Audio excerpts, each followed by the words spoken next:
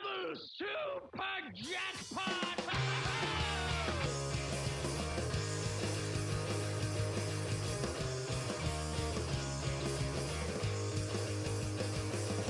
I need a ramp. I need a loop. I want targets I can hit. I need the scoop. I need a double super jackpot in my life. That's right.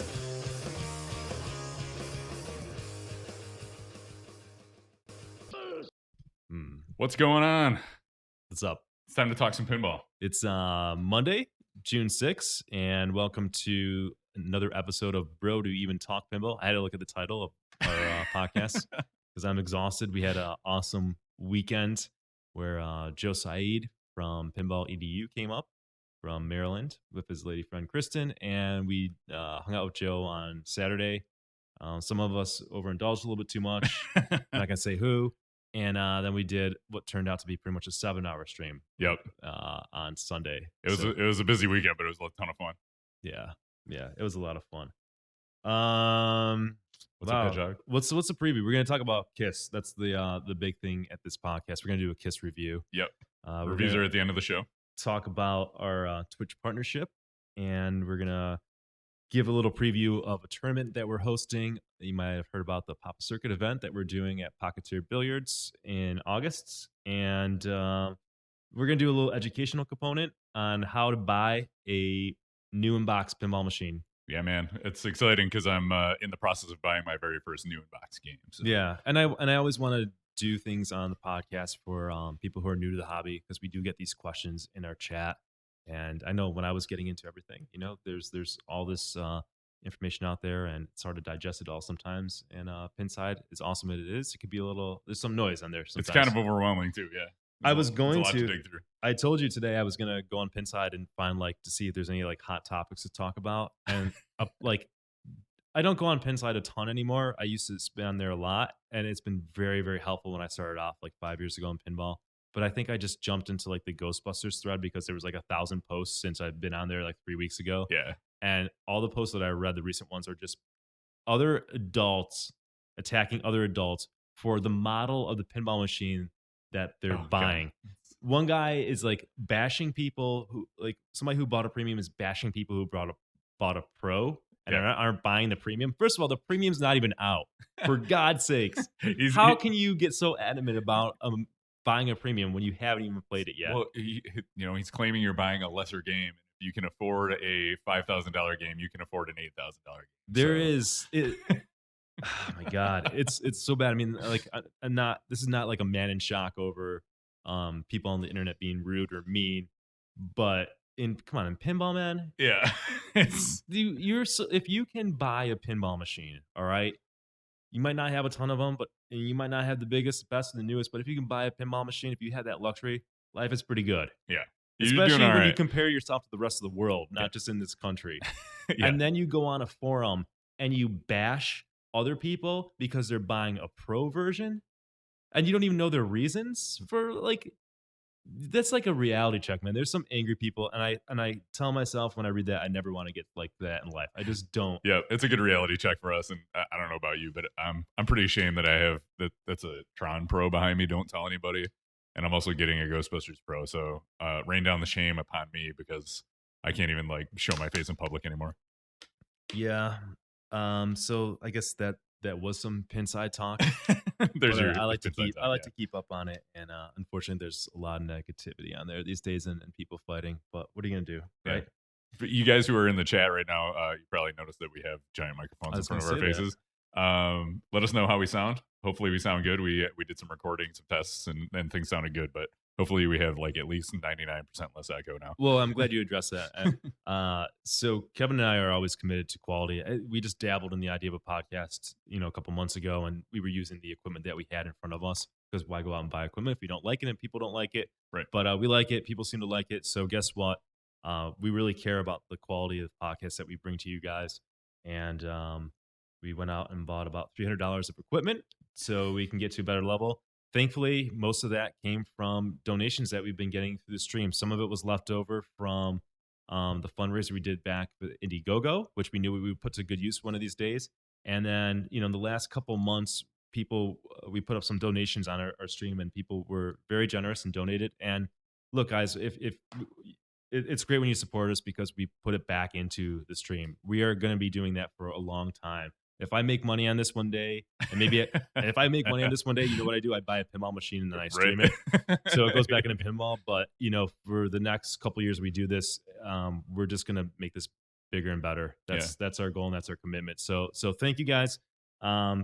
You guys in the chat and listening, thank the generous donors who at least made us sound less echoey. And if you're curious Money well spent. How we did our research for podcasting gear, all you need to do is go to google.com and type in podcasting equipment, and there'll be like 10 posts that you're going to find, and they're all going to pretty much tell you to buy what we bought. So if you like this, that's how you do it. That's how you Google. Pin's rule says sound is good. You don't have to brush your teeth. That's right. And you don't have to like see our entire faces, which is, I think that's a net positive for everybody. Yeah. No one's upset over that. All right. Let's jump into somewhat of a format that, we got a question in the chat. We got a question. This is what it's about. Yeah. So Goremaker in the chat says he hears rumors about a Star Wars pinball. Your opinions on that? So why don't you kick that off? What do you think? I've heard rumors as well. I mean, it makes perfect sense. I know, first of all, that Stern, when they're deciding on what pins to do, it's not only a popular movie, but is it a movie that has sequels? Well, obviously, Star Wars has a history, but if you look at Star Wars, there's already a few Star Wars machines. So if there weren't movies coming out, I don't know if Stern would do it, but now you have movies. The first one was successful. That was released back in the wintertime. You got another one coming out. It makes a lot of sense for Stern to do a Star Wars machine.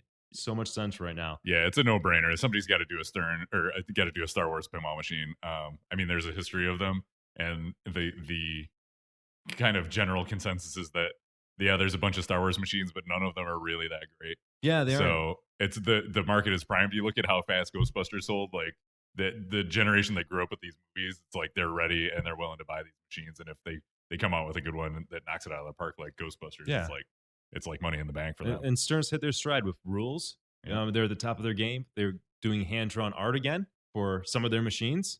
Wouldn't it be great if they did that for Star Wars? I don't know. And now they got the new spike system, which the sound is even better on their pinball machines. It's finally in stereo. Oh, yeah. And it sounds really good. So the stars might align, and we might actually get a good Star Wars pinball machine. Personally, I'm not a huge Star Wars fan. It's just, it doesn't resonate with me like it does other people, but I hope that fans get the pinball machine that they deserve. Yeah. Because it's awesome when you get something that you love and they come out with a theme that you love, and it's a good pinball machine. Agreed. It's good for sales. It's good for Stern. It's good for a pinball, and maybe it brings more people into pinball too. There might end up being one over here if that happens. So, maybe you'll see it on the stream. Are you a Star Wars fan? Oh, yeah. Okay. Well, there you go. Even better. Maybe we can play Ghostbusters for a while and turn it into a Star Wars. You never know. All right. Speaking of which, why don't you tell about your game room updates? Okay, let's talk game room updates. So starting from the left back there. Or is that the right? I don't know. I'm backwards. But Freedom is broken. So RIP Freedom. It needs there's something going on with the reset. It won't reset and start a game. But the big news is I sold my Johnny Mnemonic. It had been sitting kind of where we have this table set up right now for about a month. But I drove that down to Cleveland with Jeff, who you see on the stream every once in a while.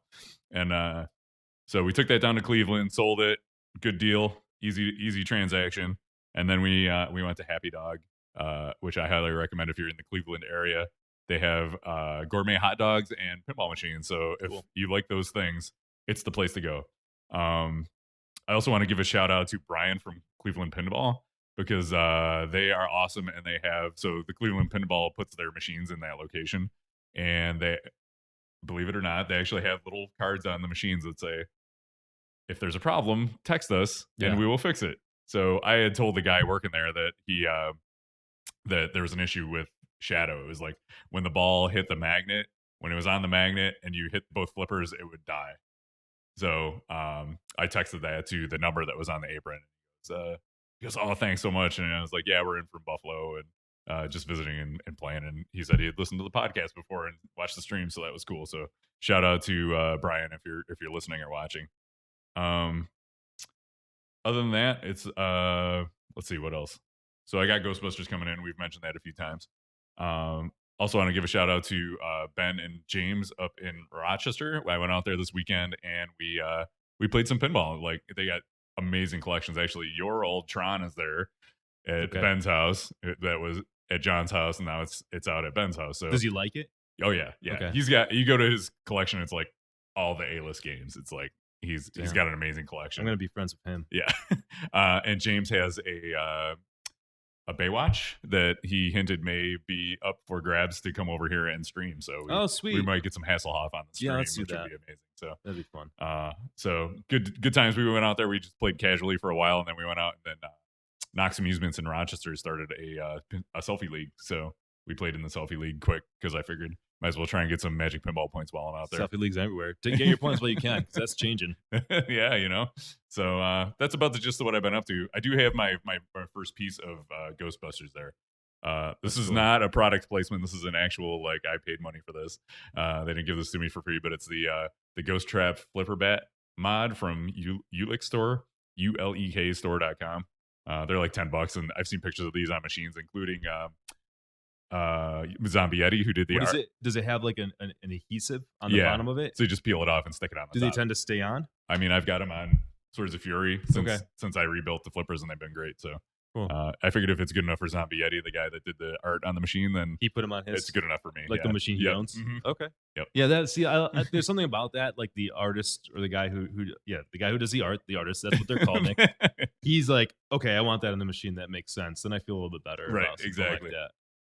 So that's about the extent of what's been going on. So now we're just playing the waiting game for Ghostbusters. It's supposed to be coming in July. So we'll give it speaking of more which, Ellis Boo asks in the chat, is Ghostbusters a drain monster like I hear? It looks great. I'm gonna jump in and say it is a drain monster. Oh yeah, It's very tough.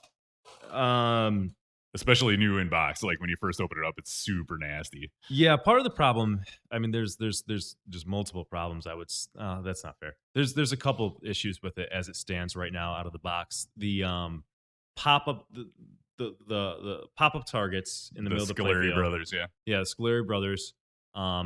There's two targets that pop up at certain points in the game, and they're drop targets, and you hit them, and it does what's known as the Bally brick, because Bally's early solid states to this back in the day, where you hit them, they don't go down, and instead what they do, the ball comes flying back at you. That's happening on. I've played 3 different games now of pros on locations, and they all do it. I've And noticed it's though really annoying. the one at Pocketeer, it's calming down. It's not Okay. doing it nearly as much. I played it a bunch on when were they? Oh, for the Selfie League finals, and it's playing a lot better. Like Yeah. it's settling in and calming down a little bit. I had some games where I get destroyed on it, but then I've had some games we were playing a couple days ago, and I was doing okay, and it felt fair and it felt good. But it's tough. I mean, you got a flipper gap. You've got those targets that are mean, And the out lanes that are nasty. the out lanes are absolutely brutal. Yeah. So It's going to be a it's a great game for challenging home. game. very, very much so. I mean, that's why people like Iron Man, because it's a tough game. Right. But it's got to be fair with the rules. And they've updated the rules on Ghostbusters now. In the most recent update, it's easier to get multi-ball. hmm It's And- easier to get extra balls too. I mean, the theory behind, from my understanding in pinball design, is that you want the casual player, not even like the average pinball, casual player to come up and be able to do something cool in the game. So like ball 3, Start a multi-ball. Start a multi-ball. That's why in some games it's kind of stupid, just gave you multi-ball. But that was the theory behind it. You want them to have a fun time. Well, I was watching Ghostbusters when it first came out at the pop-up facility, and people were playing it, and just good players weren't starting multi-ball. I had to wait for like 15 minutes before somebody finally started multi-ball. Yeah. So before it was you hit this captive ball kind of thing, and it would hit another ball into a circle. It would kind of lock these captive balls, and you do that enough, and then the ramp lights, and you light the locks. I'm struggling today, but now what it is that after you capture a certain amount of ghosts, the lock is lit. Yep.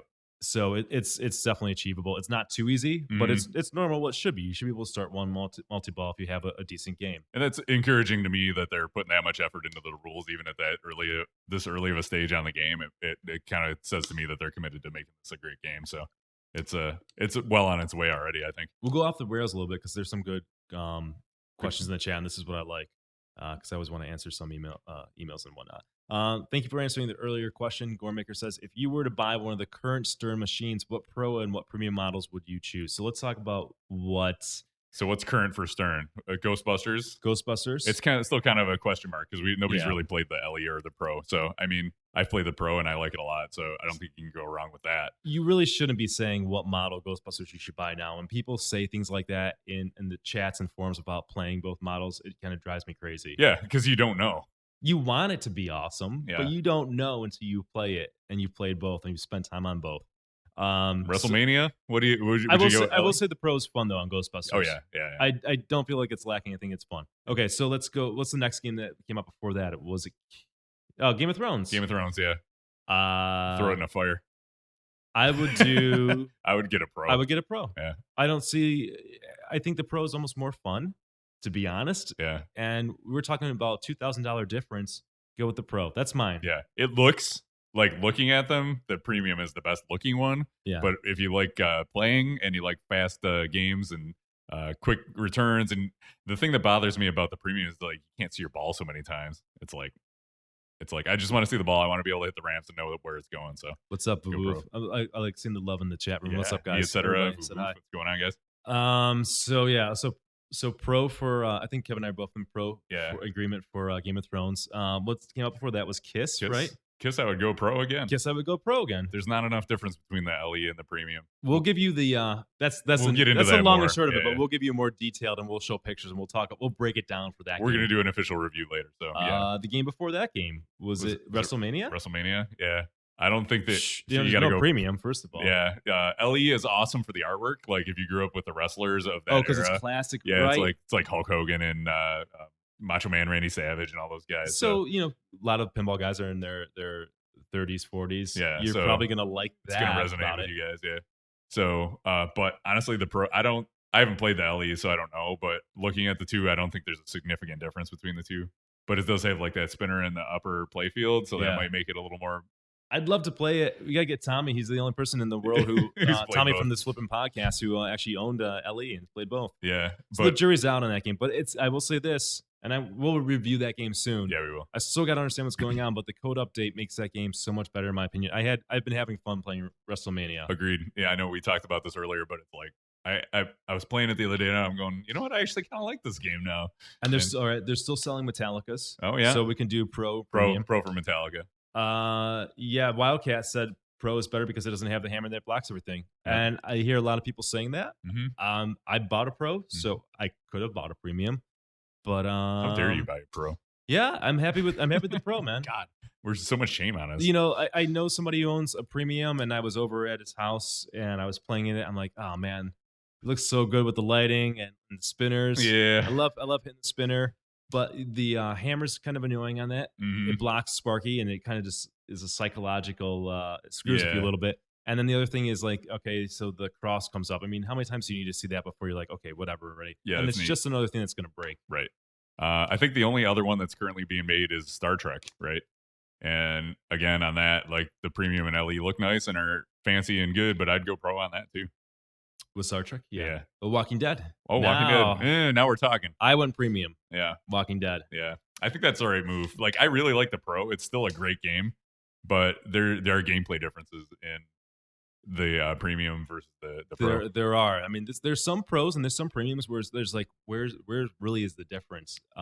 In Walking Dead, I think it's significant enough, and it certainly warrants it. The Walker bombs are cool. Is it $2,000? Cool. No, but when you add up everything, I think into it, certainly, at least in my book, I went premium. I think too, like you and I tend to be more players than collectors too, so you have to keep that in mind as we're telling you which games we prefer. Like there's some guys that like it's all about the aesthetics of the game, and those guys are gonna probably want to go for the LEs or the premiums at all costs. But Yeah. we tend to kind of focus on what are the gameplay differences. Are there significant gameplay differences between the two games? Ellis Poo asks, I did not like Kiss video overall as far as the pin goes. That was not the original Kiss album recording music on the pin, was it? No, it's not. No.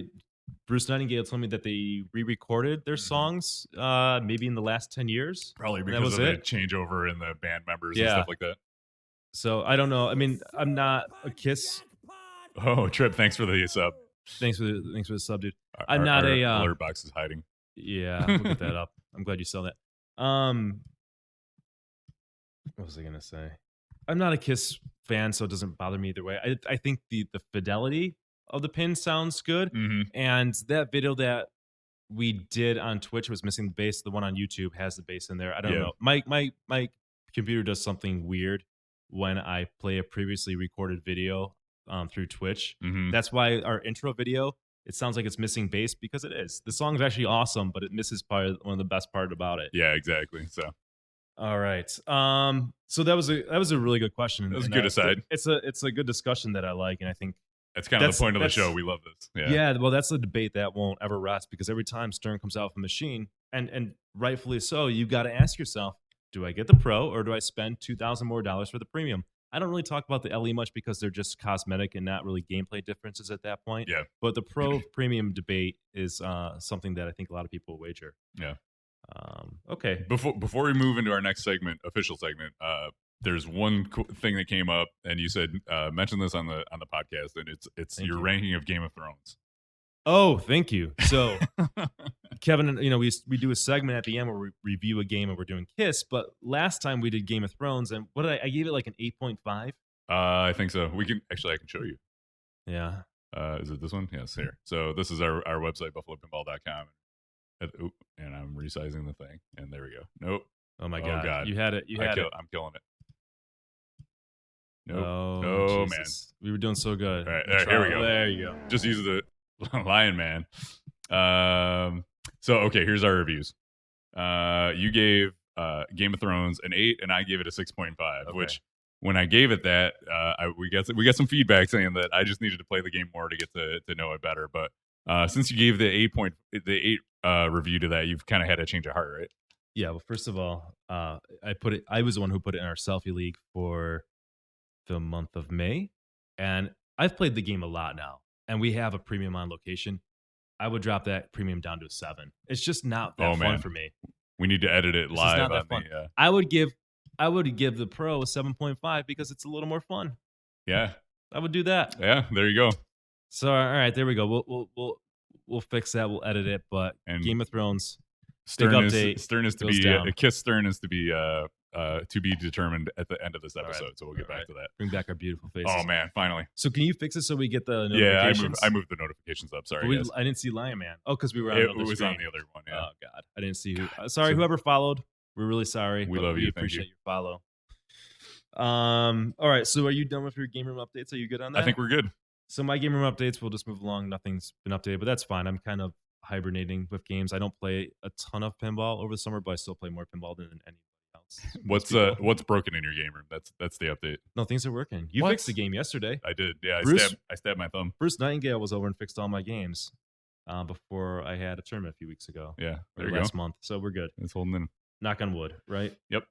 And I'm not going to buy anything for a while, but there's a rumor that who is it? Lyman Sheets is doing the rules for this game, and John Borg is designing the game, and Dirty Donnie is doing the art for this game. It's just Yeah, I've heard those rumors. Yeah. Yeah. Okay. And that game would be Aerosmith. Yep. Now, I'm not an Aerosmith fan. In some ways, I cringe when I think about 90s Aerosmith. But With his daughter Let's in all just- the videos. let's just focus on the first things I said. Lyman is doing the rules, John Borg is designing the game, and Dirty Donnie is doing the art. And everybody's getting Ghostbusters. I'm like, I'll be in the market for a new inbox game by the time Aerosmith might come out, which might be the fall or winter or early next year. Maybe I'll get that. We'll see. Trip says, "Please no." Well, Chip, you don't have to play it though.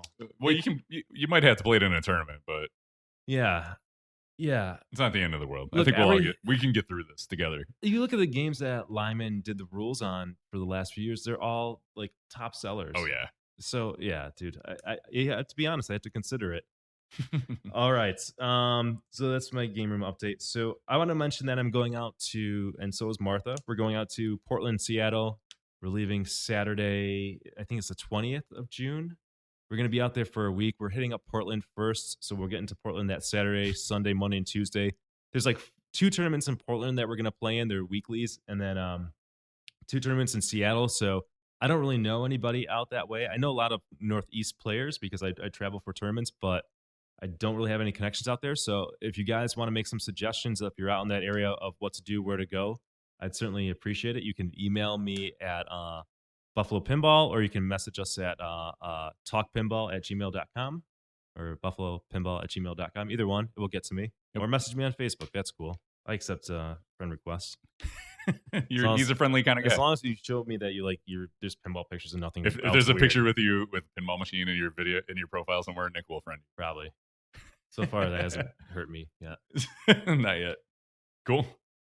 All right, so I just want to give that. So moving on, I wanted to mention Kevin. Last time we did a podcast, it was Friday at Allentown, and there was one more day at Allentown that was the main tournament.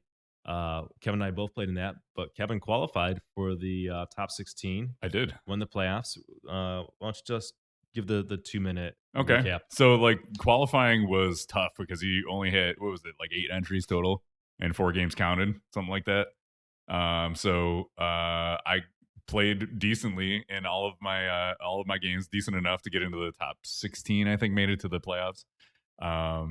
So I moved on, made the playoffs, got through the first round, played with the viewer. I can't recall his name right now, but shout out to him for he's like I like the podcast. So I'm sorry, I'm admittedly horrible. No, with you names, shouldn't but even say anything. I know I shouldn't have said anything. Now I'm making it even worse. Now Yeah. he's gonna leave a message on this and be like, I don't "Dude, you blame forgot him my name." because Kevin doesn't care. I'm a jerk. I remember it for like 5 minutes and then I totally forget. So we played Swords of Fury and that was great. And a couple other games. God, I don't just forget names. I forget most things. But I moved on past that group of 4 and made it into the top 8. And I finished, I think, 6th overall. And let me tell you, I got some serious Magic Pinball points. I got like 10 or 11 Shit. for that. So that shot me way up. I'm actually humble brag. You're I'm gonna be able to buy a new car. Yeah. I'm getting all those pinball points. I finally cracked the top 1,000 in the IFPA Congratulations. ranking, so I feel There pretty you good go. about that. One of my goals for this year. So life goals achieved, achievement unlocked. That's what, nice. What do I get? Can I call my mom and tell her? I don't know. I'm impressed. Yeah. People in the pinball community are impressed. Yeah, it's pretty cool. I'm happy with it. And of course, then if you guys watch the league finals after that, then I totally like crumbled. That's how it goes, though. That's Yeah. pinball, right? I've been on a pretty good run, so I can't complain. But yeah, I played pretty crappy in the finals. Yeah, so we did have our league finals recorded. It's on YouTube if you want to watch that. That's the Buffalo Pinball League. It goes from September through April, and then playoffs are in May. So those are the May playoffs. We did we filmed and commentaried. Mhm. We actually live streamed, and now it's archived on YouTube. Both B and A division, and you'll get to see a bunch of bros in there. Basically everybody but Rob. Yeah, Jay was in a consolation round, which was adorable. one game playoff. And, spoiler alert, he picked Fuel as a song on Metallica. Yep, to no surprise at all. But I think his opponent picked Fuel, so I think that really motivated Jay for the win. That was a Yeah. mistake. He played on his against opponent's Steve, part. right? Steve Toth. Toth. Toth. The two of them ended up going head to head on Metallica in the Selfie League finals too. Yeah. It's their That's game, funny. man. I didn't realize that. Yeah. So the bro update, Martha took second place in B. I'm coaching her to all these trophies and money, and like, no thank you. No, no She's thanks the at most all. ungrateful person. I've just she's never played pinball really before she met me. Coached her this, just no. Nothing. She won the classics at the Allentown. Oh my too, God, too, that's right? right. She won the. Oh, we mentioned it in the last podcast, but that's she right. won the ladies' classics back to back. Yeah, So no big deal. I'm gonna start taking 10% commission. You're from gonna have to this, put up a second at shelf least. for her trophies now. Yeah, hers it's on the floor because I took over the mantle of the fireplace. So, Nice. and I managed to take first for the defending my title for Buffalo Pinball League. So Yes. I had a drought of non-first place for a while, so that was good. Yeah. It's amazing what you can do in your home collection, folks. If you want to win a pinball league, here's the solution. I have 2 plaques over there from the Western New York League that Yeah. I've won both times because every time we play at my house, I win. Now, normally, I don't want to get into this debate now. I'll just mention it, but normally it's like, oh my God, of course you did well because it's at your house and you own the machines. That is true. But in the tournaments that I've hosted in the past few years, I have not done that well because there's the stress of running a tournament. League's a little different. Yeah, I When agree. you only have, 4 people at your house or whatever, and you're just doing the finals, that's okay. That's a little different. Yeah. But it's fun. If you guys want to check that out, you can watch those videos. There's at least a couple of good games being played. And you can hear the commentary finals. from Jay and Martha. And it's so. hilarious because Jay does not know anything. Martha calls like whiplash multi-ball jump rope multi-ball because it looks like he's jump rope. I mean, it's amazing. Jay's talking about how there's a ball saver on Fireball 2, which he had denied. vehemently denied the next day. So I went and I made a little clip of it on our Twitch channel. And I said, remember that time you claimed you didn't talk about the ball saver on Fireball? Typical Jay. He knows nothing about pinball. It's amazing. Yeah, he's around it all the time. Yeah.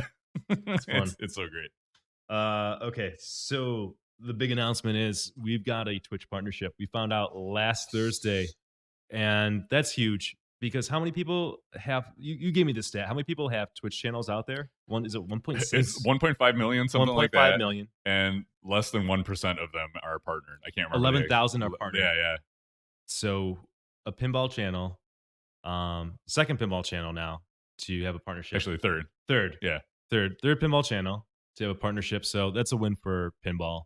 And you guys, thank you for sticking with us in the last year and a half, helping make that happen. What does that mean? What does a Twitch partnership means? A couple things. One, it allows us to have subscribers, and people can subscribe to the channel. Basically, they pay $5 a month. There's a subscribe button on our channel. You guys might have seen it. And you guys, subscribers don't see ads. What else do they get, Kev?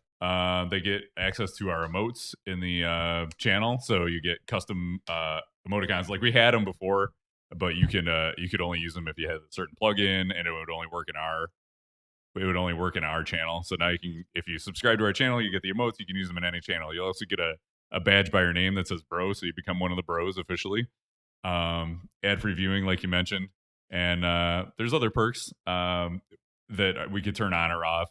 There's there's if we end up getting tons of viewers and the chat room gets crazy, then you can kind of like make it subs only, get to chat sort of thing. I don't know if we'll ever get to that level, but there are other perks we can work in. So sure. So we'll give a shout out. So Manny Arcade says he streams real arcade and pinball also. So nice. Shout out. You guys can check out Manny's Arcade on Twitch. MANNYS Arcade. We'll check you out. We'll follow you. Not we'll MANNE. Yeah. Different Manny. Yeah. Cool. So I'm just gonna throw the sub link in the chat real quick. So yeah, that helps support us. We get it's $5 a month, and half goes to Twitch, half goes to Buffalo Pinball, and we'll continue investing into the stream and making the stream better. Yeah, and bring you guys more pinball. The only unfortunate thing is we're into kind of our summer vacation mode, so we're streaming slightly less. I just want to give people the heads up. If you're wondering why don't you see a new Bro show every Thursday, well, we just try not to get burned out because we're in Buffalo, New York, and it's summer for you guys might have heard it snows a little bit. So summers here are actually awesome. We're going to go to concerts and stuff like that. So we never want to be burned out on pinball. We do so much. We always, every time we do a show, whether it's our podcast or we're streaming gameplay or doing a bro show, we're having fun. I mean, we really are, and we look forward to it. And we want to maintain that energy level. So we just kind of learn to take a break here and there, learn to take a little bit of vacation, but we will come back in full force starting in September 1st. September 1st. We're going to still stream during the summer. Don't worry. We will stream during the summer once a week at least. And when I get my Ghostbusters, we'll do an unboxing stream. I'll have a party. We'll show you what it's like to set up a new pinball machine and stuff. So we're streaming every Mondays at 8:30. Kevin and I are going to take turns doing that. And then when Pinball Arcade does theirs, we're going to do a stream as well. Yeah. So if you're listening to the podcast and you've never watched our stream, it's at twitch.tv/Buffalo Pinball. And I'll probably get the itch to stream. You know, I'll put some random streams up there here. And yeah, there. I'm thinking the same thing too. It's going to rain in Buffalo, I guarantee. Yeah. And there's only so many video games I can play. That's right. Or is there? All right. So we covered Twitch partnership. That's awesome news, man.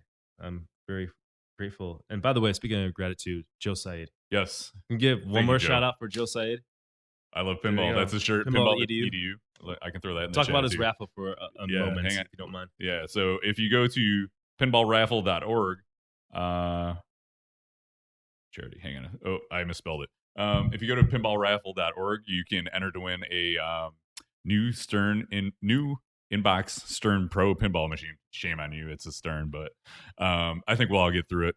So $40, 250 entries every month. Joe raffles off a pinball machine, and it's amazing. And it goes for a good cause. Pinball EDU is outreach for kids and pinball, specifically kids with autism. There you go. Thanks, Trip, for fixing my typo. So either way, even if you don't win, you're still given to a great cause, and he gives away other prizes too, like pinball arcade packs, and I think Double Danger donated some stuff to give away too. So there's more than one opportunity to win, and we really appreciate all of Joe's support he's given us. I work for universities, so I work kind of in somewhat fundraising, more like corporate partnerships. But I bring in money for the university, and I donate to the university a little bit. But I find it much more fun to donate to Joe's pinball charity because I can win a pinball machine, and the university does not give me a pinball machine other than my paycheck. Alice Poo, you're the man. Thank you. Dude. Thank you. for the Thank sub. you so much. That fuels us, by the way, and not the Metallica kind of fuel, the good kind of fuel. I thought I was wondering if we should make a fuel emoticon or if people would actually hate that. Yeah. All right, sweet. So we've got let's give a preview of the tournament. So Kevin and I have been working now that the tournament that the Buffalo Pinball Open in April, that's over with. Our league is over with. We actually had some time to breathe, and we sat down and we figured out how this tournament's going to run in the Pop-Up Circuit event in August. So it is August 12th through 14th. That's a Friday, Saturday, and Sunday. We're going to have a main tournament. It's going to be Herb style, HERB, which is also known as a pump and dump. Basically, that means that you buy entries and you try to get high scores, and the high scores throughout those 2 days, which qualifying is on Friday and Saturday, will get compared to everybody else who plays those machines in those days. Yep. So the cost is it's $1. It's $2 an entry, which an entry will give you a chance at one machine.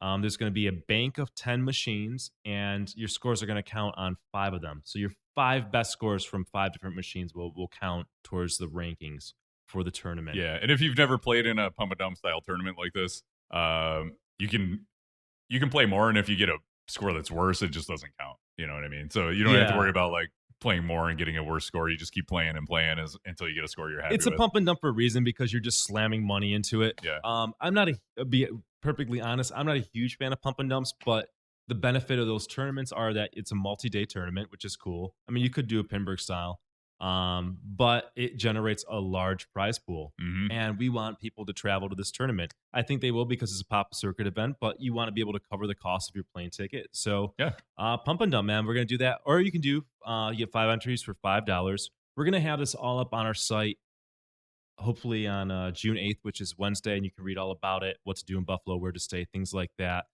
We're also going to do 2 classics tournaments, which is really cool, sort of like what Papa does. So there's going to be a classics tournament on Friday. That's going to be its own tournament. It's going to start qualifying at 10 a.m., and then it's going to end at 6 p.m., and then at 6:15, we're going to have the finals for that. Saturday is going to be a brand new classics tournament. It's going to start at 10 a.m. and then end at 6 p.m., and then finals are at 7:15. So if you come down to this, you're going to be playing in 3 tournaments potentially. Yeah, and if you like Magic Pinball points, there's going to be some opportunity for a lot of Magic Pinball. You can make points. it rain for Papa Circuit Magic Pinball points. So that's going to be exciting. That format, we're going to have 6 machines in classics, and 4 of the machines will count to your score. And then the next day, we're going to swap some of those machines out, and same kind of deal. So for those who might not be familiar with, why don't you talk a little bit about what the Papa Circuit is exactly? I wish I can do it justice, but so I'm trying to think of a good analogy. There's hundreds of pinball tournaments out there, but the Papa Circuit kind of identifies 16 tournaments that are worth, I would call it, separate points from the IFPA or Whoppers, that if you play in a Papa Circuit event, you get points, and these points are accumulate throughout the year. And if you have enough points, you get to play in the Papa Circuit Finals. And the Papa Circuit Finals are at the Papa facility the day before the start of the Papa tournament. They televise it at the Papa facility, and you're playing against the best players in the world. So it's pretty exciting. And the format of the finals is awesome, especially if you're like watching on Twitch. It's like some people are running the gauntlet. So like the lower you are, the more you have to play throughout the day. So the first year they did it, Daniele Iacciari like ran from the bottom of qualifying all the way through and won it. That I remember watching that, and that's what really got me hooked on watching pinball on Twitch. And actually, I think it was on Ustream at that point. But It Yeah, was like, this is that so was much. Like, amazing. is he going to keep going? Can he make it all the way to the end? It It's was like, some of the most exciting pinball I've ever seen. it's great. Yeah. And that year, I don't know what they have been doing the past couple years, but that year they gave out like this like wrestling belt, Yeah. like pretty amazing. Yeah. It looks like a legit WWE like championship belt. It's great. So, So that's the Papa yeah, circuit. we're thrilled to be hosting that in Buffalo. It's kind of a dream from when we started a few years ago to be at that level right now. And as I said before on the stream, I'm going to pour my heart and soul into this. I'm not going to compete in this tournament. I'm just running it. I want to do my best, and I want to give people who come into Buffalo, who spent their time, energy, and money coming to Buffalo when they've never come there before, to just have the best tournament they can. So we're looking forward to it. We're proud to host it. Thanks for folks in the chat who watched this, listened to the podcast, who voted because it had to be voted in. Yeah. That was huge. Thanks for making it happen. We're kind of the stewards of it, and we're going to do a good job. Yeah.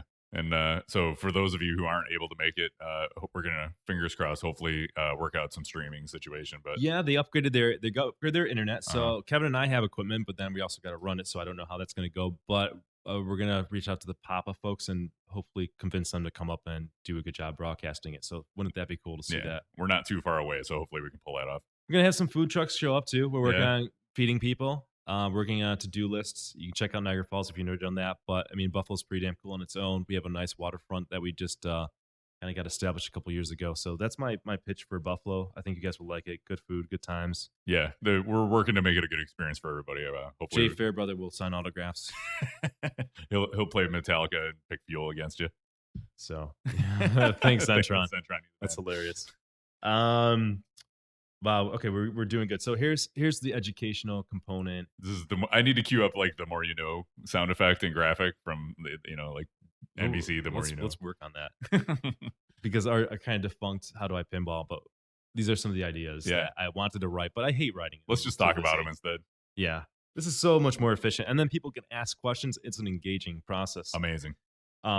This is how to buy a new unboxed pinball machine. So we will do a how to buy a pinball machine, how to buy a used pinball machine, all that. I want to do what pinball machine. I have $2,000. What pinball machine should I buy? Things like that. I think those are common questions we get. Yep. But how do you buy a new unboxed one?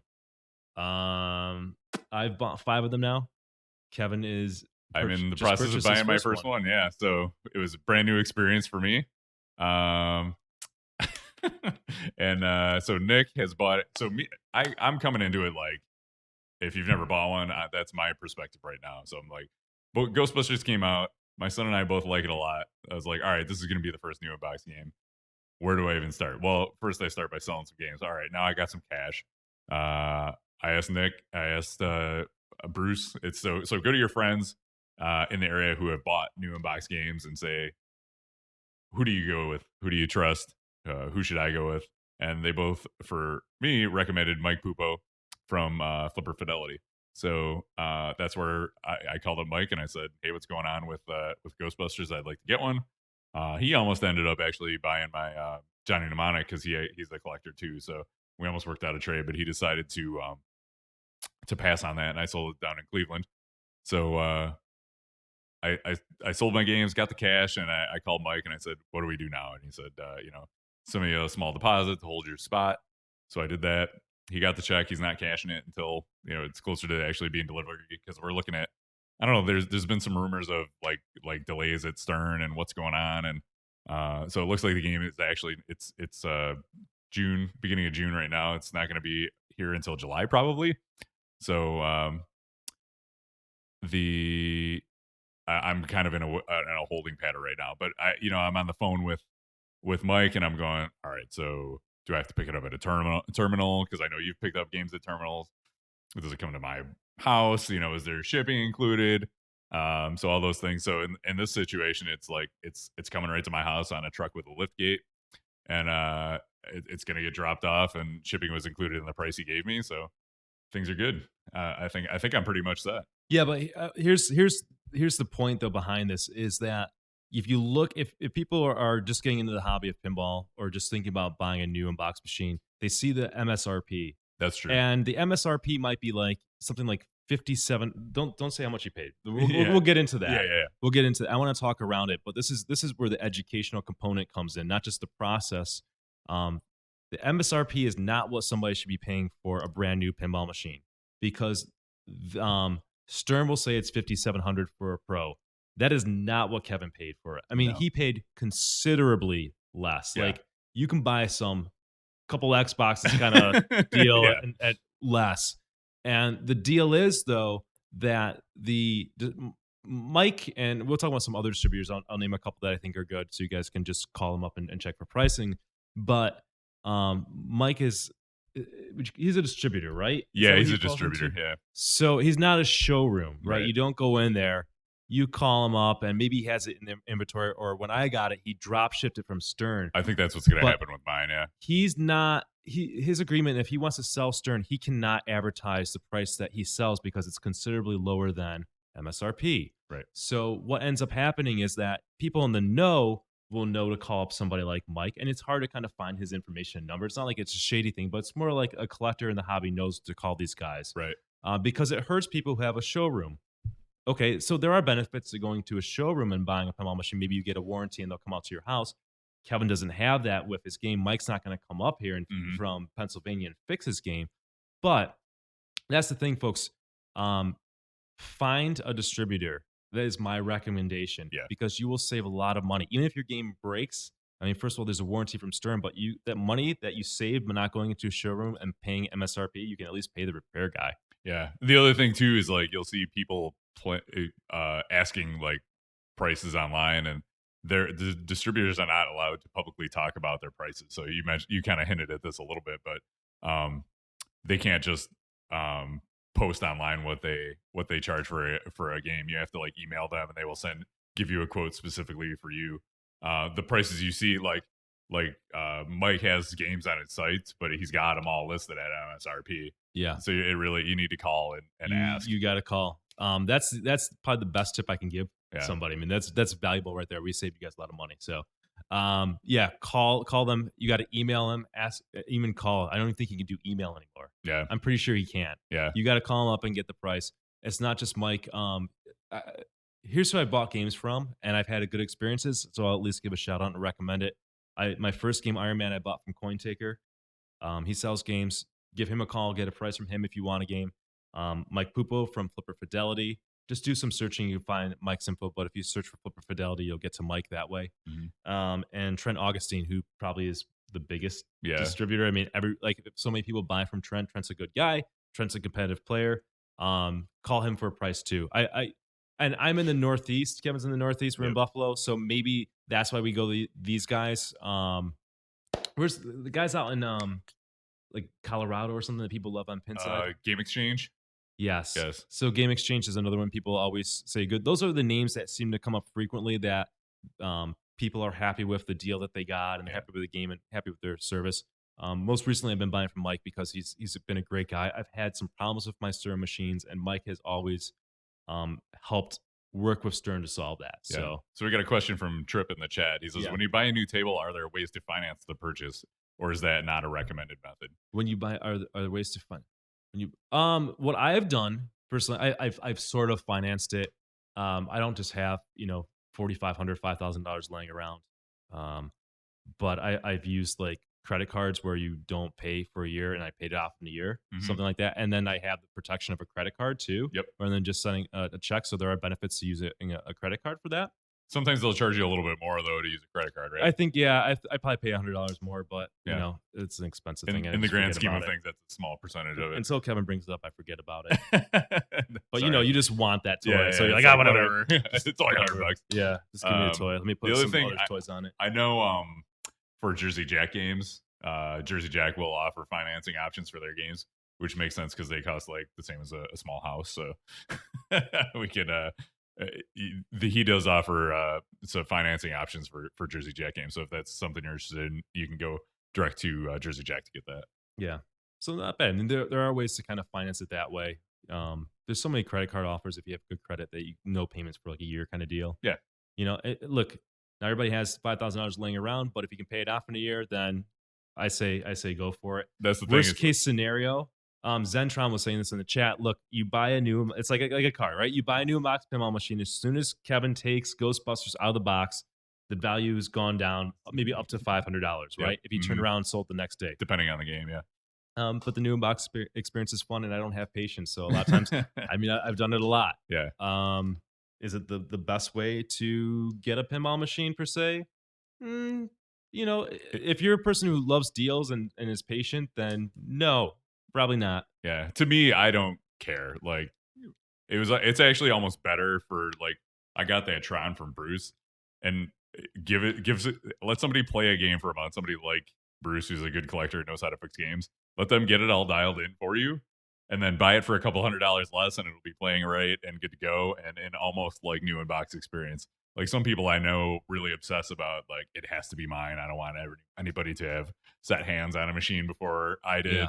Like, it's got to be just mine. But I'm not that way at all. I'm fine buying a used game. And it's easy to set up out of the box, actually. Yeah. The Stern has good instructions that come up, but there's even a video on YouTube on how to unbox a machine when they got it. I watched it, and I'm a complete idiot when it comes to mechanical things, and I was able to set it up. So yeah, that process, I think when you get the box in and pull it out, you're kind of up and running within 15, 20 minutes. Yeah. And I guess the code updates on the new Spike system are a lot faster too, so you don't have to do that big long wait for the code update to happen. That's cool. And the other thing I've heard is, like, people say you should put new balls in the machine. Don't use the Stern balls, right? Don't use the Stern balls. They're really crappy. Yeah, I wouldn't buy some good pinballs. I like the premium. I think they're called Uso Shiny from Pinball Life. Yep. I highly recommend it. They're the only pinballs that I buy. And the cool thing about those is not only are they super shiny and look nice, but they won't get magnetized. Like some pinball machines, if your game has magnets, most pinballs will get magnetized, so you don't want to use it. You want to make sure that you have pinball machines that won't get magnetized. Yeah, like the silver jets everyone likes, but those will get magnetized, so you don't want to use those. So shout out for Pinball Life. Yeah, So shiny premium pinballs. Get those. Recommend it. I use those too. And then I give my game a coat of wax, but I think we'll talk about cleaning sometime. That's another good topic, because God knows I'm obsessed with. I have OCD. Leveling and cleaning. This is your man. I know.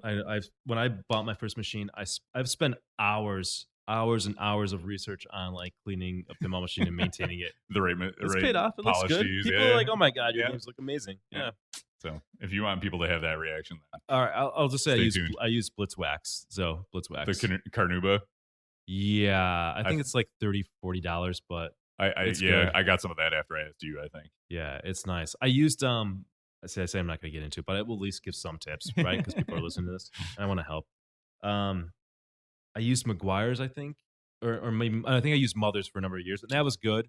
But then Vid on Pinside, I think it's like Vid 9000. He's excellent. Look that up, because he talks all about cleaning. There's some high quality content on Pinside right there. Yeah, wax your game when you get it. You don't put Novus 2 or anything. Just maybe take a what is it? What kind of cloth? Microfiber. Just wipe it off. Just if there's any debris, but then give it a little coat of wax and then play the hell out of it. Yep, go to town, enjoy, and it's going to be super fast and nasty, and people will complain, and it'll be great. Yeah, and there's other things to do though. There's like, whoa, you got the double doubles though, super jackpot. Well, that's funny because it's double danger. Yeah, I think you did that thanks on for purpose. the sub, man. Thank you, guy. Cliffies. Yeah. Protecting. I guess this comes with the new unbox experience, because there are things that when I got a game, I bought. Yeah. If like the game has a scooper or an out hole, well, what happens in a new game is that it looks wicked perfect when you get it, and then you play a couple hundred games and it starts chipping the wood on it. So Cliffy, search Cliffy protectors in Google. He'll make a protector for games that have scoops on it. He probably has one for Ghostbusters already, but because it's so new, sometimes it takes him a while. I highly recommend that. Yeah, I know Bruce put the scoop protector on Tron like before they even played a ball on it. So yeah, Trip said the volume should be up on alert, so we got to figure that out. We all have. It's funny. Kevin has his own problems with the sounds that play on his XSplit, and I have different problems with mine. I can turn them up on Twitch alerts itself, but that's the other thing I don't want. Like, but if you turn it up on Twitch alerts, oh yeah, whatever. I don't want it blowing out people's ears either. You know what I mean? It's true. Scaring cats.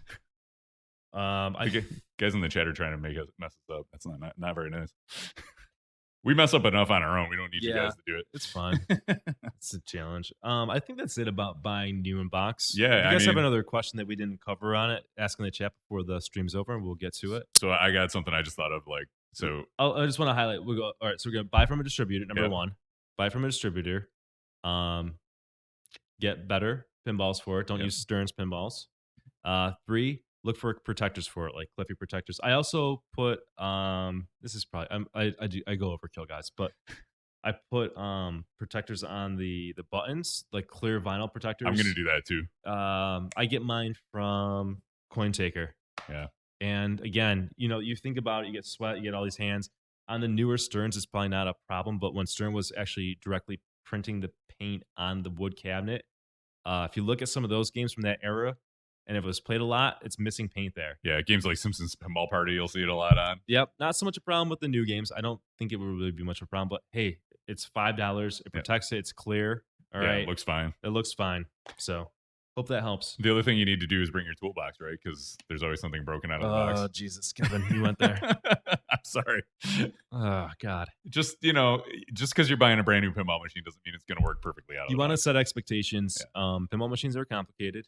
I've had bad luck on mine where I'm 5 for 5 of problems. I will say in the same breath that Stern has always remedied the problems, but just because you are buying a brand new pinball machine does not mean that it won't have problems. Right. So if you think, hey, I want to get a new pinball machine because it won't have problems, that's not necessarily true. It might have problems the moment it comes out of the box. So just be ready for that. Just set those expectations. If you buy a new pinball machine, chances are in the few years, 5 years, like not major problems. Right. Yep. Good. But you might have some out of the box. Yep. And it's not just Stern, to be fair. Like it's not Stern at all. Spooky and Jersey Jack and everybody. I mean, even Williams back in the day. We're seeing it with everybody. Yeah. So not to pick on any. It's the nature of the beast. They're giant, complex machines. I've sort of come to accept it, but I will still never just accept it because you want the company to say, okay, we hear you. There's problems. Here's what we're doing. And then at least to know that they care and they're doing stuff. Yeah. And like I said, Stern, that's the only company I bought new from, but they've always remedied my problems. So yeah, God bless them. Bye, Stearns. I got into this discussion briefly with Todd from Knox Amusements, and he, I made the argument that you're spending $5,000 on a machine, it should work out of the box. And he, as an operator, he's like, that's unrealistic. You can't expect that. But even he's like, it's a manufactured item. Even cars have problems out of the box. I've never bought a car that had a problem out of the box. That's what I said. Have you? It's like, no. And it's like, they ship an airplane. Yeah. And then like the airplane goes down. They're like, well, there's problems out of the box. Yeah. Like, I can't think of another product that I buy where you have there's a problem. Open it up and fix it. Yeah. Some cars do, but most cars don't. Yeah, I mean, you do get recalls and things like that. But yeah. I mean, there is a difference too, because it's not a life and death situation when you're playing your pinball machine. So there's a lot more regulations and things in place to make sure your car does work out of the lot. I think there's a happy medium between those because I see that argument all the time, and it's good to bring that up. You get the operators say that it's unrealistic to expect it to work out of the box all the time. Yeah. But and then you say maybe other people in the court say it should always work, and any problem is unacceptable. Look, it's got to be in the middle, because if everyone just shrugs their shoulders and say that's okay, then Stern, Jersey Jack, Spooky, whatever, they're not going to care. They're not going to do quality assurance because the consumer's still buying games and they don't care.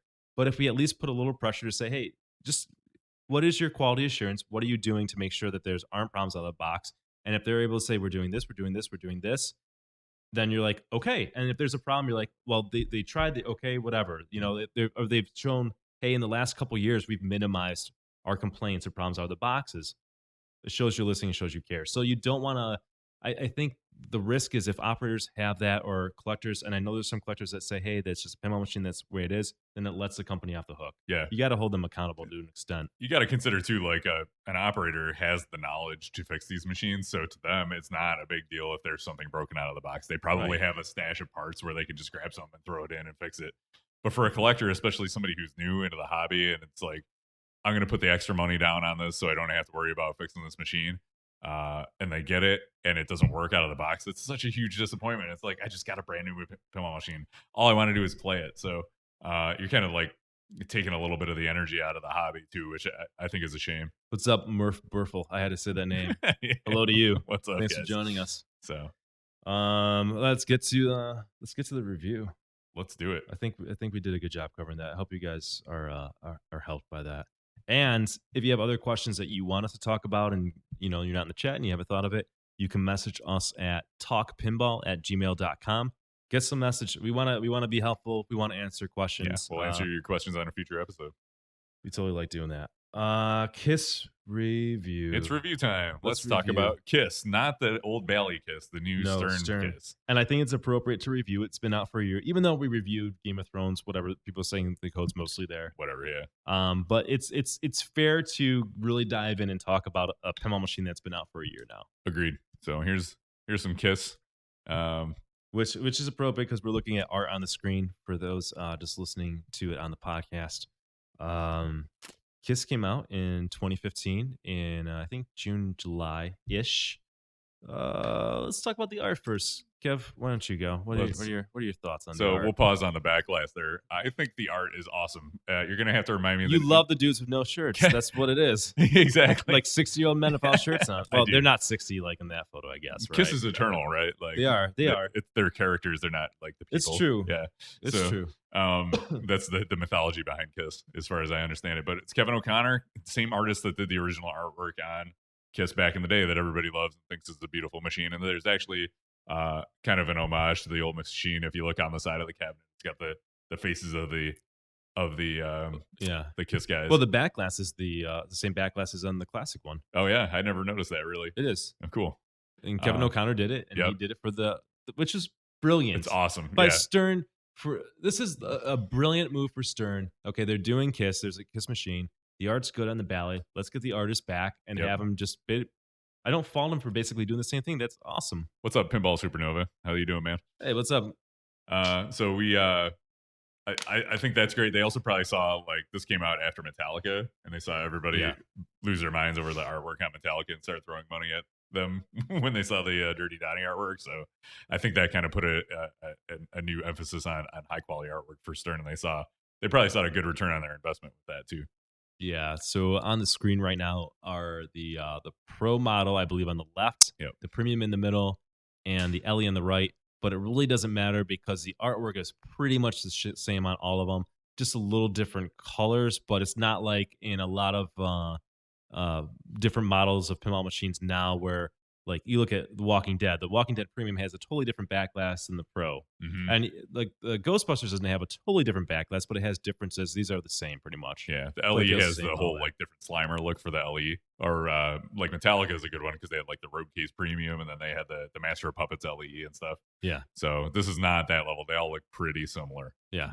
Okay. But all in all, I think the artwork is really well done. The art's awesome. Yeah. I would love to have that in my basement. Yep.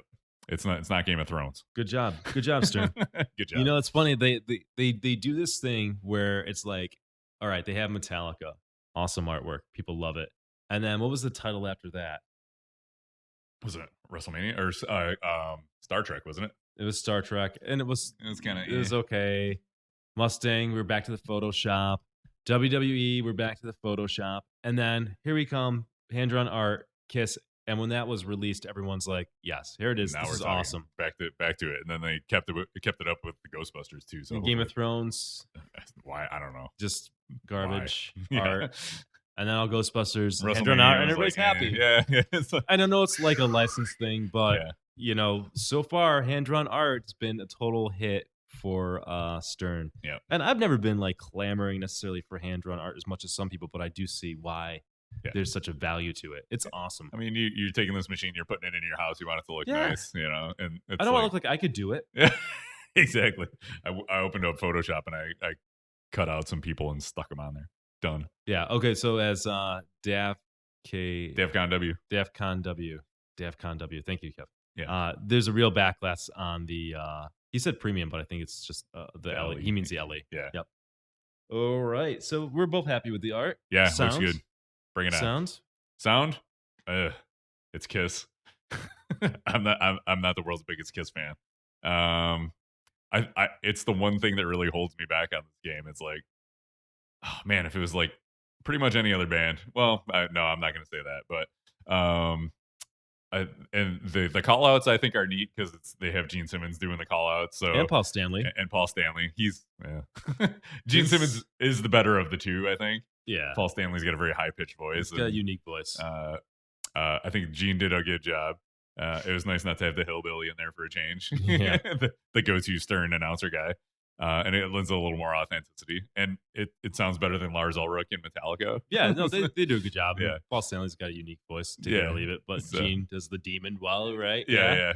But it brings you in. It shows. It Yeah. feels it's Kiss, right? Yeah, it's what you authentic. want it to be. Yeah, but the music is not. It's not my cup of tea. So if you like Kiss, go for it. It's got Kiss music in it. It's not the original recordings of the music like we talked about earlier. They re-recorded their hit songs somewhere along the line. I'm not a huge Kiss fan, so I don't know their whole deal, but it's not the original recordings of the song. So and the other thing is like this is on the new Spike system, which you can't replace the songs with. Yeah. So No strutter. Yeah, you can't. Oh, I was gonna wait. I couldn't even help myself. You can't put Strutter Bullshit. in there. You can't like. I would almost buy a Kiss and then just put other music in there that I enjoy, and because it's like the only thing I That's really stupid. don't care about. Just shut the music. Oh, whatever. I disagree with that. You got to keep it. You would keep it authentic. Yeah. It drives me nuts though. Like their music really irritates me. Yeah. Okay. I feel like I have like Stockholm syndrome because I'm like Kiss. I never listen to Kiss like ever. Yeah. I wouldn't say I like Kiss music, but I like the music now in the pinball machine. And this happened to me with Metallica. Yeah.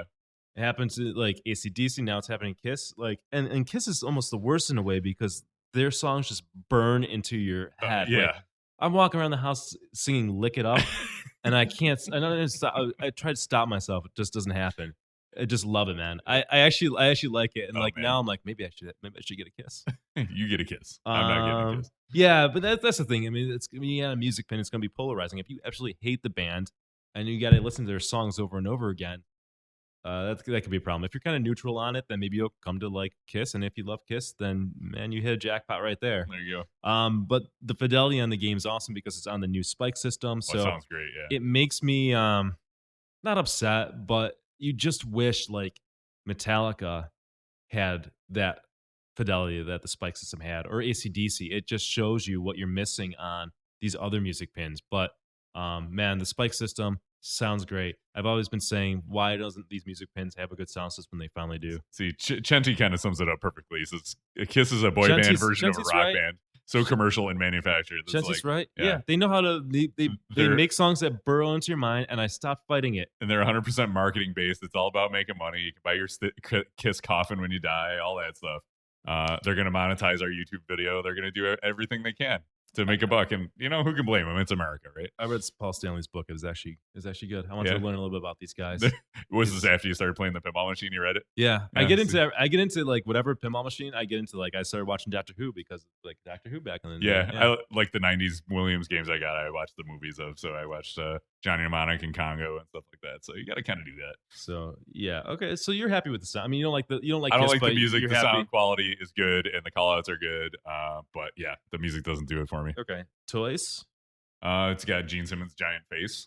It spits out balls. So let's bring it up on Yeah, the okay. screen again. I like that we weren't just showing that on the screen Yeah. because I like to see myself. But you know. Obviously. Okay. There it is. Oh, We I have some skipped it. toys. So the toy. Oh, there's a couple of them. All right. So Gene Simmons' giant demon face is on all the models, and what happens? You like that's where you lock balls. Interestingly enough, Mm-hmm. on the Pro, you just hit it like into the head, and it will kind of hold on to because there must be a saucer underneath there. There's also kind of like a Tron disc, and it will like spit it back when it's not locking it. Mhm. It doesn't really fire it like crazy. Yeah. But it puts a little action on it. It's okay. It's good actually. If it was like Kiss or Hmm. if it was like Tron and it was that close to the flippers, you'd be like cursing it out all the time. That's a good point. It's so bravo Stern. And then yeah, on the premium and Ellie actually locks it in there, Mm-hmm. and you keep unlocking it, and then like when you start multi-ball, it comes out of his mouth. Like it's kind of like under his chin is where you like lock it, and then like on the premium and Ellie, it comes out of his mouth. He kind of like spits them out, like whatever.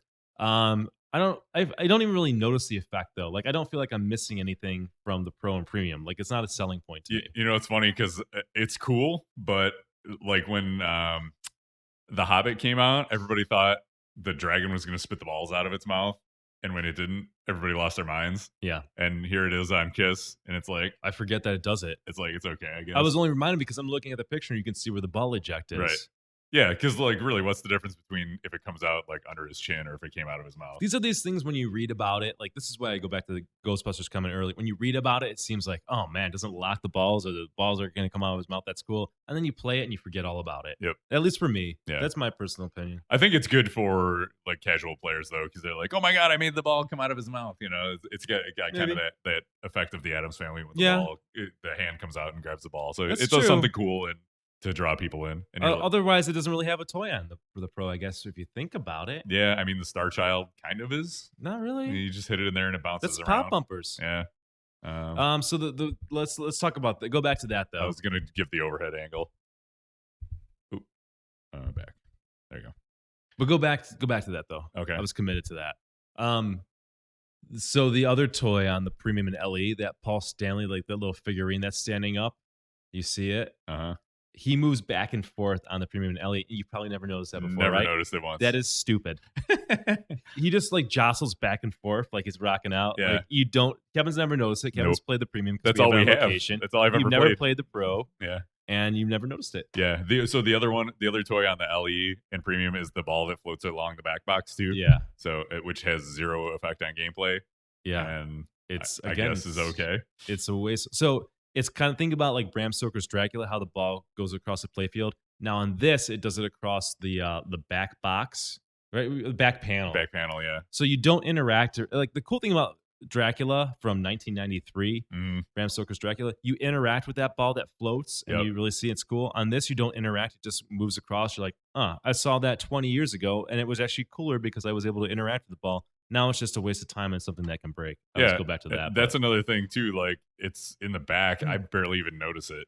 Yeah. When it happens, because No. you're starting a multi-ball, you're getting ready for a multi-ball, and it's not right in front of you. It's like so far away that They you're need to not put like even looking lights at it. on. They need to like shut the lights off and That'd like be add cool. like a spotlight, Yeah, something. like make it look like a rock show starting or something. The way maybe it's supposed to do, and maybe they'll get there with code. But right now, it's just like, all right, I'm gonna say right now, there's no reason to get a premium, and so there's light show. But I mean, the Pro even has spinners on it, for Yeah. God's sakes. Wow. This is not $2,000 more in my opinion, unless you're a huge Kiss fan. And then I understand you like Kiss, you got to have the best. You get the money, you want the best, whatever. You know the deal. You can get the $10,000 Want the best, version you from got the Kiss best. with the autographed instruction cards if you Um, really want to have the. Yeah, do what it. So the Evil's Back makes a good point. Do what it does during Demon Multi-Ball, Spotlight, red background, everywhere. So they've gotten better with the lighting. You know, I Yeah. do like I always like the lighting on the premium Pros, but to me, the premium and LE, but to me, it's not worth $2,000 for lights. Agreed. Some people, if you got the money and it's your favorite theme, I recommend. Okay. All right, are you good on toys, Kev? You said we I got to think so. say, I think we covered them all. and we already kind of talked about the lighting. The lighting is good on the premium, in my book. The DMD, Kev. It's they use like the 3D rendered computer generated graphics. So you see like Gene Simmons sticking his tongue out, and you see like a concert an arena with a bunch of fans and things like that. It's okay. They have some like sort of like hand animated stuff, like when you get an extra ball, the ball flies across with flames and stuff. So it's a mix of that. It's not as bad as the movie clips, but it's like you're trying to push these DMDs to do more than they were really designed to do. I think it's just time to cash it in. If you're going to do all that on a DMD, it's time to put an LCD screen in there. Sure. You're putting all That's the time fair. and effort into it. Why not do it? I think the DMD is a low point of the game. I Yeah. don't think there's anything interesting on the animations. I mean, a lot of times I say that the DMD gets the job done, blah blah. I don't see anything that's captivating. I don't care about seeing the audience. When they show Gene, it's kind of condensed in a weird way, like it's missing the rest of the screen, Yeah. and it feels like there's just things missing there. Like maybe there was supposed to be a lot more like Rock and Roll All Night or Detroit Rock City or whatever. I don't even know the songs, but one of them has like way more animations than the other songs. Oh, okay. So that's really weird. Yeah.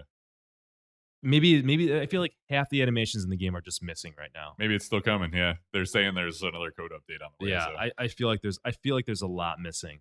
Yeah. And if it never comes, then it's just flat. The DMD is flat out disappointing. Yeah. It's yeah.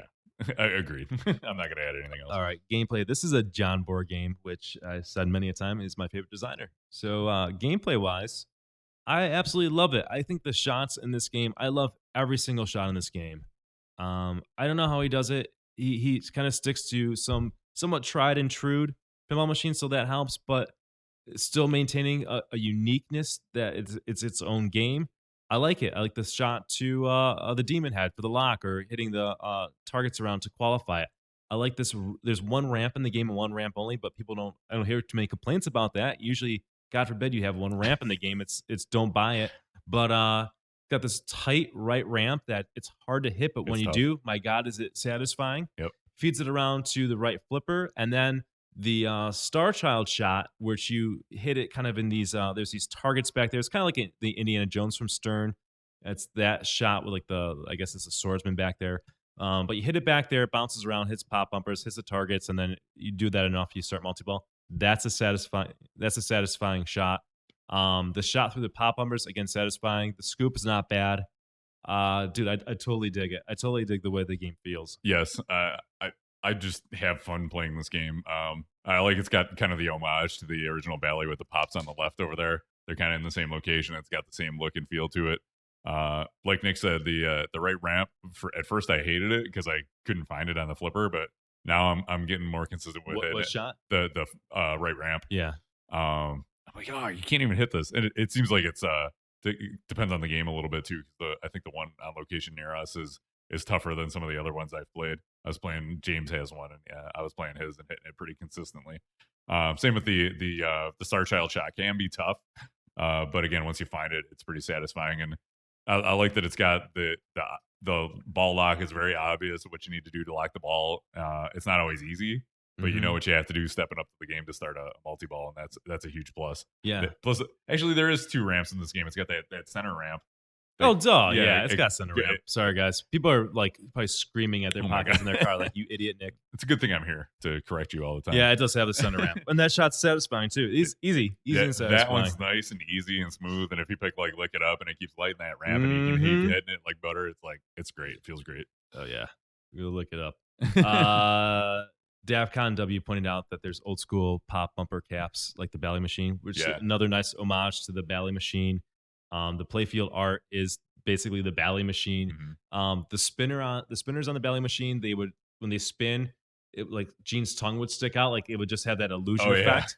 And they kept that for this, so it's They just did a lot right with this game. They totally did. It's fun. Yeah, man, I did it. Any other comments on the gameplay? How do you feel? What are your thoughts really overall? You like it? I like it. Yeah. Yeah? Yeah. I have fun playing it. More fun than Game of Thrones, Oh, huh? jeez. Yeah.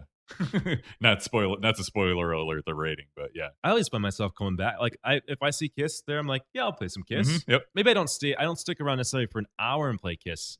And then we'll get to that. But I'm going to play it. But I always want to play it. Rules in the game. Yeah. Let's talk about rules. I Go don't know for the it. rules as well as you do because I haven't played it, the new code especially that much, but it's like I said, it's easy to know what you need to do to start multi-ball. What's that? Just go back to the other. Oh, to us. Yeah. That's good. It was reminding me of what was on the game. Oh, I'm sorry. So you got the demon head multi-ball right there. It's easy to hit.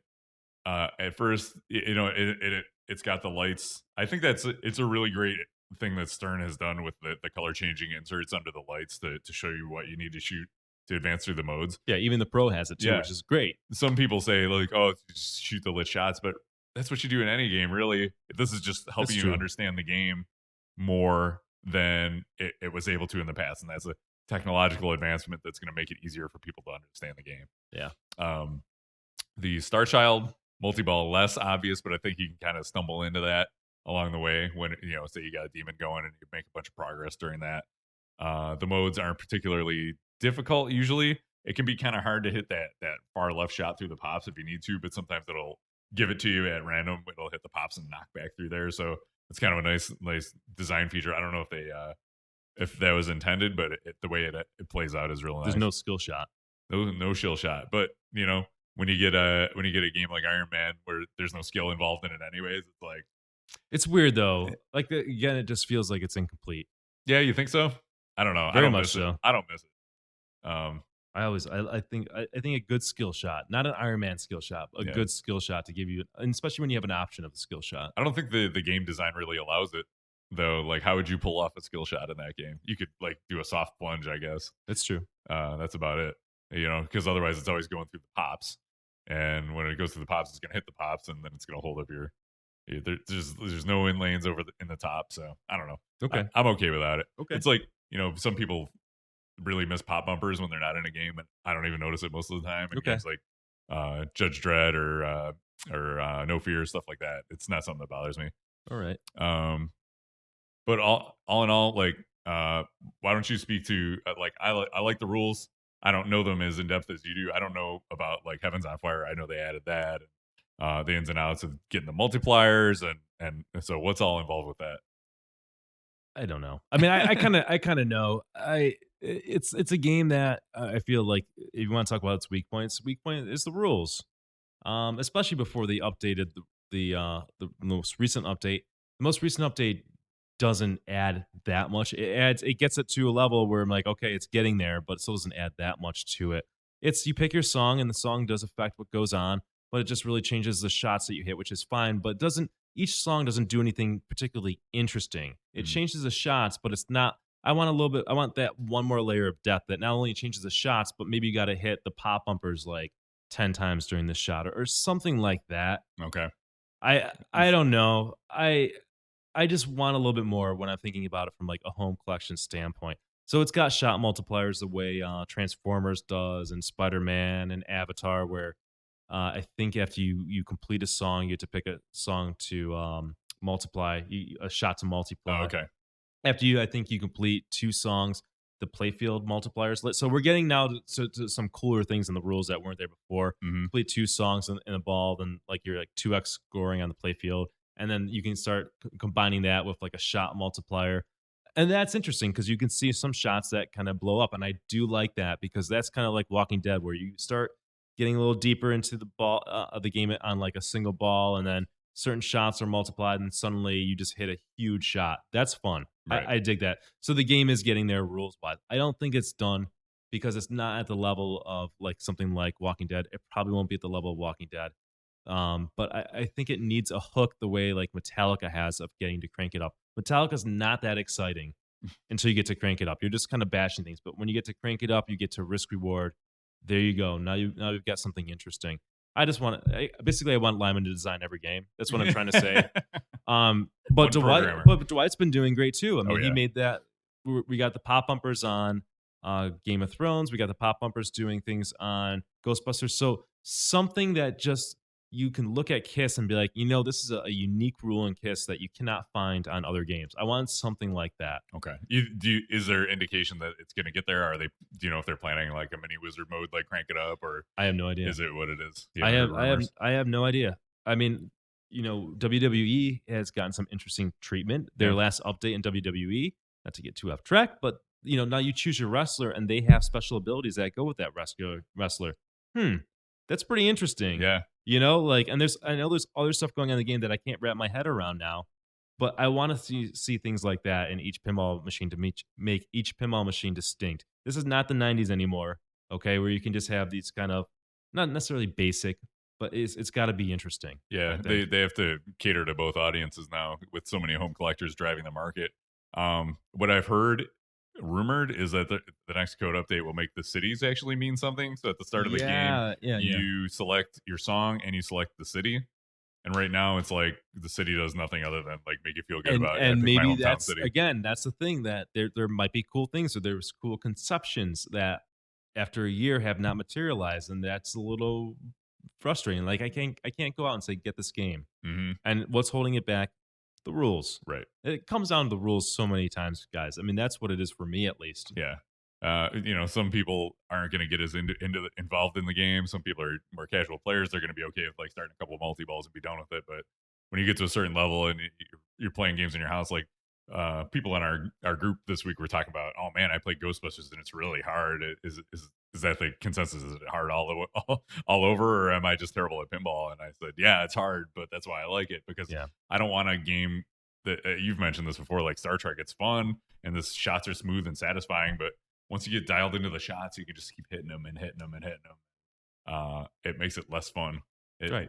Game or Lord of the Rings, you can stand there and play it for 45 minutes, and I'm done. I don't even want to play this anymore. Right. Different folks, different strokes. Yep. Last ability.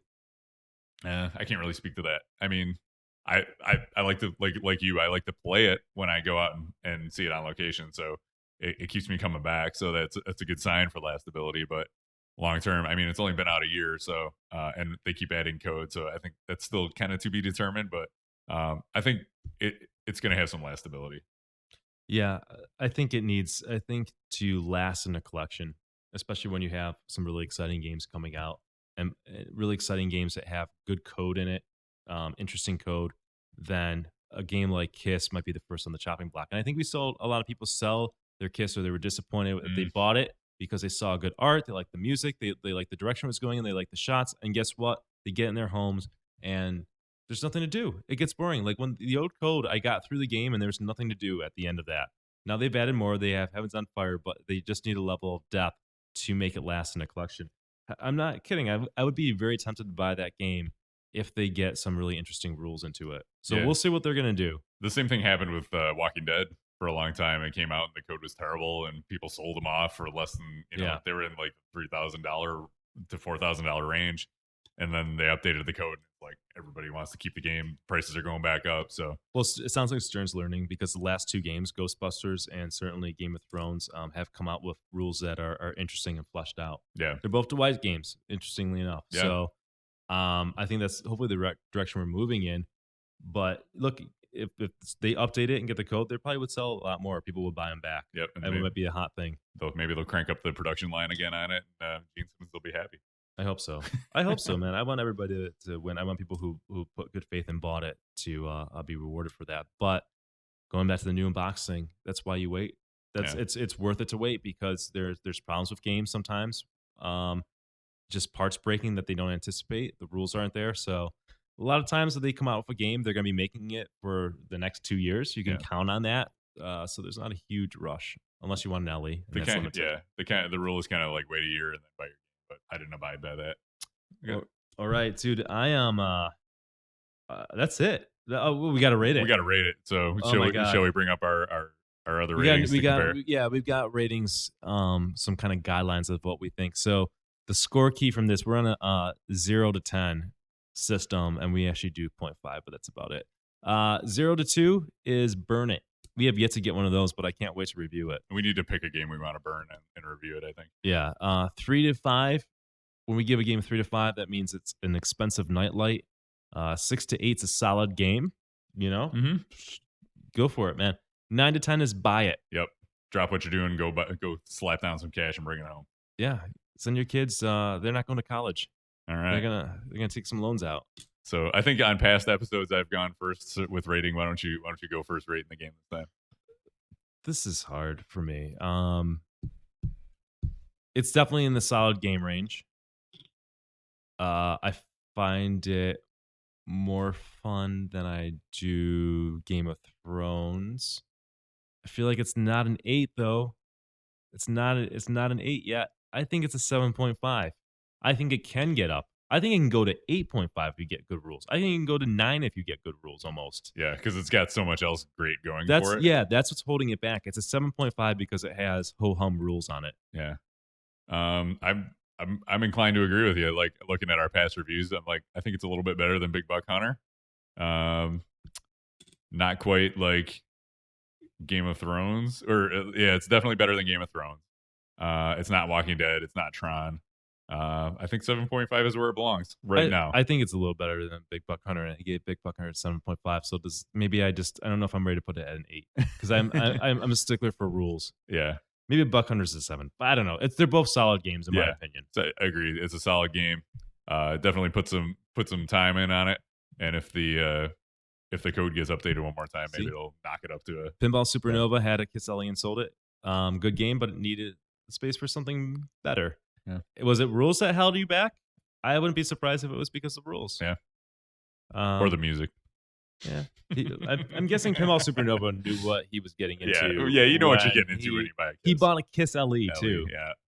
I'm guessing he's a Kiss fan, Yep. and he was disappointed by the rules. I Yep. can't speak for him. Yep. We'll see if he chimes in Maybe it before was- we maybe- drop the stream. I wonder if it was before the current rule update or after. Do we have any announcements we want to make before we peace out? Let's just give a little plug for our website, and if you want to know all the we different got merch. We're always selling stuff. Oh, yeah. Yeah. So I can pull it up on screen. So if you're listening to the podcast and you're not watching, you can watch the podcast. If you go to buffalopinball.com/podcast, you can see all the different ways you can be a part of the show live or watch it on YouTube. If you prefer to listen to podcasts, I listen to a lot of podcasts because I drive a lot. So I know a lot of people listen to us that way. Absolutely cool. We're on Podcast Garden, iTunes, Google Play for your Android device, and Stitcher if you want to just stream it. And you can also, if you go to buffalopinball.com/merch, you can buy some t-shirts or stickers. So we have a very limited number of t-shirts left, just 1 or 2 in some of the sizes. Double XLs are sold out. We have XLs, larges, and mediums. It's got some cool hand-drawn pinball artwork on the back. It's like a skull getting smashed in the face with a pinball. It's pretty sweet. We got bro shirts coming. Yeah. We I actually sent over the money for it today. Kevin paid for it today. We ordered 30 Brody Even pinball shirts, of updated, distressed look to it on American Apparel.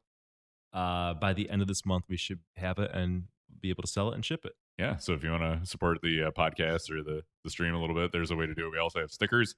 They're $1 each or 3 for $5, and shipping included, because I just stick them in an envelope with a little piece of cardboard to protect them and slap what are they, stamps on them, and out it goes. So same design, same artwork, really great, high quality local artists that we like a lot.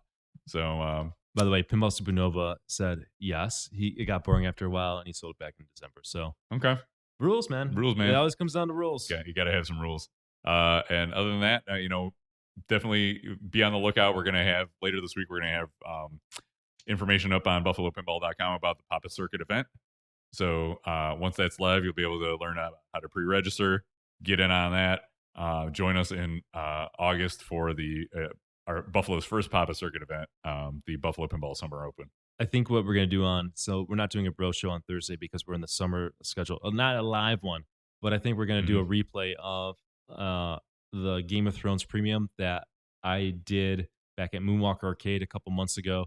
It's on YouTube, but if you've never seen it or you want to watch it with other people and discuss it, Kevin will probably be in the chat if I know Kevin. I'll be hanging out. We'll play that, and you can watch some gameplay on Game of Thrones Premium, where I was a little more enthusiastic about it, and figure out how to play that game. Yes, indeed. So Spoiler alert: my brother has a good game on it, so it's good to watch. yeah, it's a good way to learn all the rules for sure. So thanks once again to everybody who helped us become partners on Twitch. This is huge. We're super excited about that. We're motivated, man. It's the little things. It's the things that we get at shows. It's the praise we get in the comments during our feed. It's the subscribers. It's all these little steps that keep us going, and we want to do more. We've been doing once a month podcasts. I'd like to do two times a month if it fits into our schedules. I told Kevin before we went on tonight that after I get back from Portland and Seattle, I want to do a podcast and we could talk about that experience and some other probably drama we could probably dig up on Pinside. Lord knows that's a fountain of information. Yeah, just material. Start some Pinside drama, and then we'll talk about it here. It's endless information for us and entertainment. So cool. Evil is back. Yes, the Papa event is open to all. So you don't have to be a top ranked player. You can have never played in a tournament before. You can just come down and play. That's, I take these things for granted, but we really do got to explain. It is open to everybody. We want as many people to come and play as possible. You get IFPA Whopper points for this. It's going to be a good time. You're going to get to meet and play with some of the best players out there. Yeah, it's pretty exciting. It's a great opportunity to learn, to push yourself, and to get some magic pinball points. Who doesn't love that? You can pay off your loans. Cool. Yeah, so the first tournament I ever played in wasn't a Papa Circuit event, but it was a pump and dump kind of format, and as long as you got somebody that can kind of guide you through it a little bit, it's, once you play it around and the software is real easy, it kind of walks you through what you need to do and shows where you stand and the scores you need to get, and so it's pretty self-explanatory once you get in on it. I almost forgot. So we're doing a thing with our partnership where the first 25 subs, which is short for subscribers, are going to be entered into win a complimentary Brody Even pinball shirt once we do get them printed up. We're getting close to 25. Yeah, I think we're up to 19 now. We had 3 subscribers tonight. So then we're at 20. I think we're at 20. So if you're watching this or listening to this, there might still be time. I mean, if you sub and you miss it, we still appreciate it. But Yeah. we'll throw your name into a raffle, and we will pick it out live, and you'll get a brochure, Yeah, man. and you help the stream out. So We thank you guys. appreciate it. And most importantly, we will get 2 more emoticons in our chat room. That's what it's all about. we're and you guys can think about what you want from the emoticons. I want a sad J face. Yeah. There's every time he says something like he complains or says like the game is rigged or like going second is like the hardest. We just like can flood the chat with sad J faces. Or anytime he doesn't remember something we did on the stream. Yeah, We never did that. We have a podcast. What's a routed game? We played that game. What's a partnership? We're partnered. What does that involve? That's just very Jay. Or anytime he talks about how there's no ball save on a classic. I missed him Valley. already. He wasn't Yeah. able to celebrate with I us. know. It's a little different about Jay. All right, guys. Well, until next time, we'll be streaming. We'll be podcasting. Thanks for tuning in. I feel like we need like a thing at the end of our podcast. I don't know. We need to come up with a thing. We need help. If you guys think of a thing to end the podcast with, Keep on balling. people do music and stuff. We're Be a just gonna, we'll get there. Be a One bro. step at a I don't know. time. I don't know. Baby steps. At least we. Can you do sad J face with a cartoon bubble saying "fuel sucks"? I don't know. We only have like 13 pixels or something like that. It's got to be pretty condensed. Wildcat, we were gonna do one of the suggestions I threw out there is like fuel with like a circle and a crossed out, so you can just do sad face and then fuel No fuel. crossed out. We need an outro video. Oh, somebody edit us up an outro video. Yeah, that's a good idea. Yeah. The podcast people won't be able to hear it, but the Twitch people. Here's what we can do. We can thank our backers. So Let's thank our backers. We'll go out to that. Thank you guys. Thank you so much for supporting us. We will catch you next time. peace.